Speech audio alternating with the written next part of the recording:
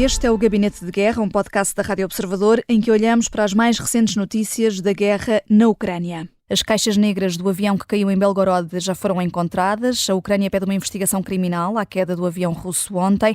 O Kremlin também tem vindo a criticar. Este avião levava 65 militares ucranianos para troca de prisioneiros. O Kremlin aponta o dedo a Kiev. Bruno Cardoso Reis, vão surgindo aqui informações a conta-gotas, mas que ilações é que vais tirando até agora?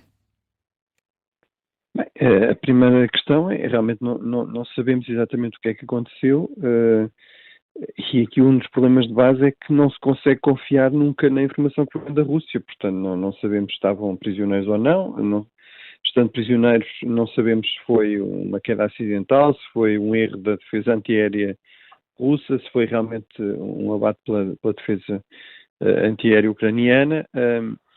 É verdade, os ucranianos insistem nisso, que este tipo de avião é um alvo legítimo num contexto de guerra, portanto é um avião de transporte militar, e os ucranianos também insistem que os russos não avisaram que ele transportaria prisioneiros, e à partida não é crível que os ucranianos deliberadamente atingissem um avião onde sabiam que estavam prisioneiros ucranianos, portanto isso parece ter algum crédito, mas realmente a Rússia insiste que não, que tinha feito esse aviso e, portanto, teremos de ver exatamente o que é que informações novas é que existem. Agora, aqui o ponto fundamental parece ser ou há realmente uma investigação internacional com acesso das Nações Unidas, enfim, da Agência Internacional da Aviação Civil, etc., ao local e aos dados, ou qualquer informação que venha do lado russo, qualquer investigação que venha do lado russo, não vai ter credibilidade, não é? Porque, enfim, por exemplo, a questão daquela do avião de Prigozhin, ainda hoje a Rússia insiste que foi uma coisa puramente acidental, ou que, enfim, em todo caso o Estado não teve nada a ver com o assunto, e no fundo a maior parte dos observadores, dos analistas não acreditam nesse nível de coincidência. E perante este contexto pode ficar comprometida uma futura troca de prisioneiros entre a Ucrânia e a Rússia, Bruno? Bem, quer dizer, continua a haver interesse das duas partes nessas trocas de prisioneiros, não é? Portanto, aliás, eu diria que do lado russo há uma pressão crescente, que eu tenho chamado aqui a atenção das famílias, dos familiares, enfim, dos soldados que estão na linha da frente e também dos presos, dos soldados que foram aprisionados pelos ucranianos e, portanto, e isso é um setor que Putin tem mais dificuldade em descredibilizar ou hostilizar ou reprimir do que propriamente a oposição mais convencional à guerra, não é? No fundo são os familiares dos heróis do regime russo. Portanto, eu diria que continua a haver interesse dos dois lados. Do lado ucraniano, obviamente, que é um regime democrático, que é muito mais suscetível à pressão da opinião pública, há pressão nesse sentido, inclusive para saber exatamente o que é que aconteceu com este avião e que prisioneiros é que estariam lá.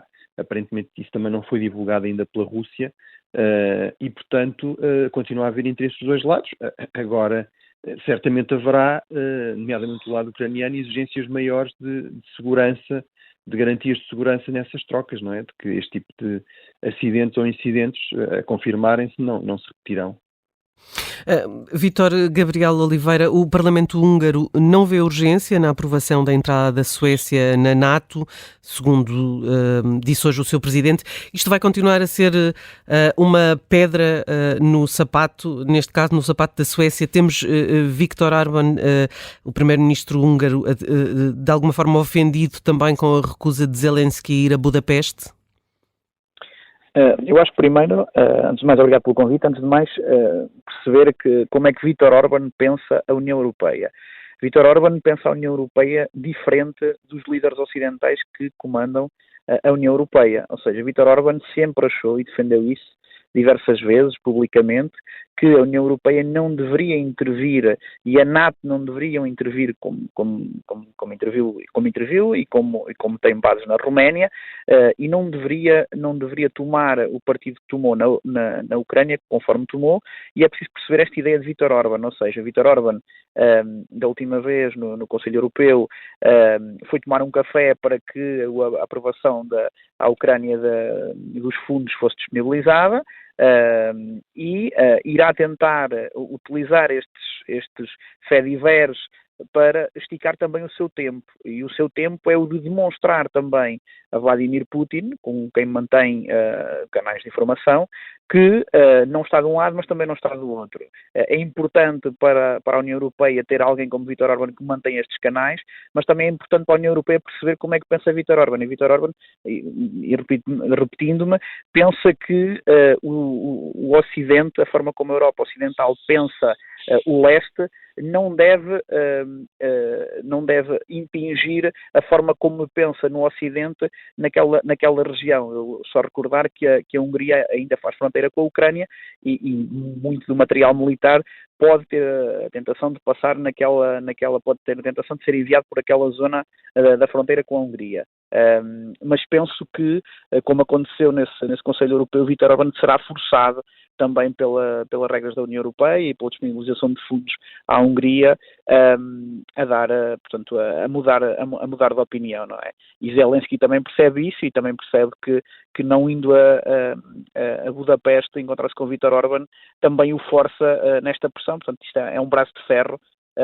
Mas também é preciso, e deixar aqui uma nota mais até para as próximas eleições europeias. António Costa também é visto com bons olhos em Bruxelas para vários cargos, por isto mesmo, porque António Costa, talvez de todos os líderes europeus, arriscando nesta frase que vou dizer, é das pessoas mais que consegue um maior contacto direto a Viktor Orbán em Bruxelas nesse último Conselho Europeu. António Costa falou diretamente várias vezes com Viktor Orbán e os líderes europeus, Macron e os outros líderes europeus, Olaf Scholz também, reuniram-se várias vezes para pedir a António Costa para interceder junto de Viktor Orbán. É por isso também que António Costa, sendo também alguém dialogante e alguém com muitos anos de política e também com conhecimento elevado em Bruxelas e muito respeitado pelos seus pares em Bruxelas, é visto como alguém não só capaz de unir consenso, mas também nesta fase da União Europeia em que está envolvida